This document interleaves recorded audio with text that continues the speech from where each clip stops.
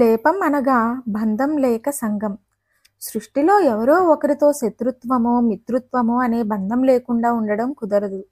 మనం చేసే పనులను బట్టి ఇవి ప్రాప్తిస్తుంటాయి. అందుకే ఈ బంధాలను కర్మబంధాలు అంటారు. కర్మబంధం లేకపోతే సాధారణ జీవులకు జీవనం గడవదు. అందువల్ల మనబోటి జీవులంతా లేపులు అని పిలువబడతారు. కానీ అమ్మవారికి బంధం ఏమాత్రం ఉండదు కనుక ఆ తల్లిని నిర్లేప అంటోంది మంత్రశాస్త్రం. సమస్త దుఃఖాలు బంధాల వల్లే ఏర్పడతాయి.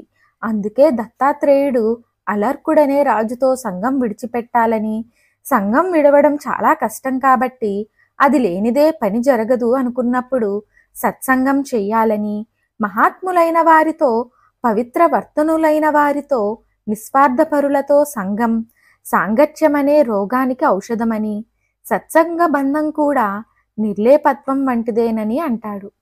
ప్రతి వస్తువు చూడు, అందరితో కలిసిమెలిసి తిరుగు, కానీ దేని మీద బంధం లేక వ్యామోహం పెంచుకోకు అన్నది యోగ సిద్ధాంతం. ఒక పిల్లి ఒక గృహస్థుడు చూస్తూ ఉండగా అతని ఇంటి చూరులో గూడు కట్టుకున్న ఒక పిచ్చుకను చంపి తిని ఈకలు చెల్లా చెదురు చేసిపోయింది. కానీ ఆ ఇంటివాడు దానిని పెద్దగా పట్టించుకోలేదు. కొన్ని రోజుల తరువాత ఆ పిల్లి ఆ ఇంటివాడు జాగ్రత్తగా పెంచుతున్న కోడిని కొరికి చంపివేసింది. దానితో ఆ గృహస్థుడు వారం రోజుల పాటు తిండి సరిగా తినక కోడిని తలుచుకుని ఏడ్చాడు.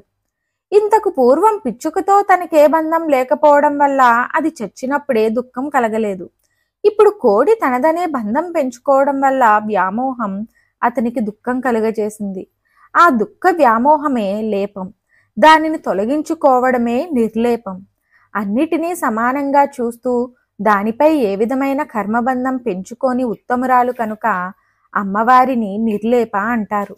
అమ్మ మాయాతీతురాలు. ఒక్కొక్కరి ఇళ్లలో తరచుగా మరణాలు సంభవిస్తున్నా, లేదంటే ఏవైనా కష్టాలు వస్తున్నా ఈ మంత్రాన్ని 41 రోజులు రోజు 108 నుండి 1008 వరకు కష్ట తీవ్రతను బట్టి జపిస్తూ అమ్మవారిని మారేడు లేక తులసి దళాలు లేక తామర పూలతో పూజించి, ముత్తైదువులకు ఆఖరి రోజున పసుపు కుంకుమలు యథాశక్తిగా వస్త్రాలు ఇస్తే ఇక తరచుగా వచ్చే దుర్మరణాలు ఉండవు, కష్టాలు రావు. తరచూ దుఃఖంతో కుమిలిపోయేవారు ఈ మంత్రాన్ని రోజు 27 సార్లు జపిస్తే దుఃఖాలుండవు.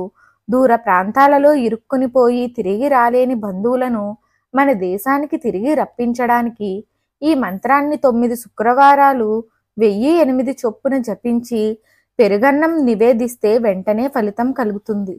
మంత్రమేమిటో తెలుసుకుందాం. ఓం నిర్లేపాయై నమః.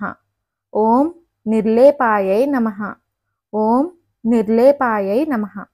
మరిన్ని ఆధ్యాత్మిక విషయాల కోసం మా ఛానల్ను సబ్స్క్రైబ్ చేయండి. వీడియో నచ్చితే లైక్ చేయండి, షేర్ చేయండి, కామెంట్ రూపంలో మీ అభిప్రాయాన్ని తెలియచేయండి.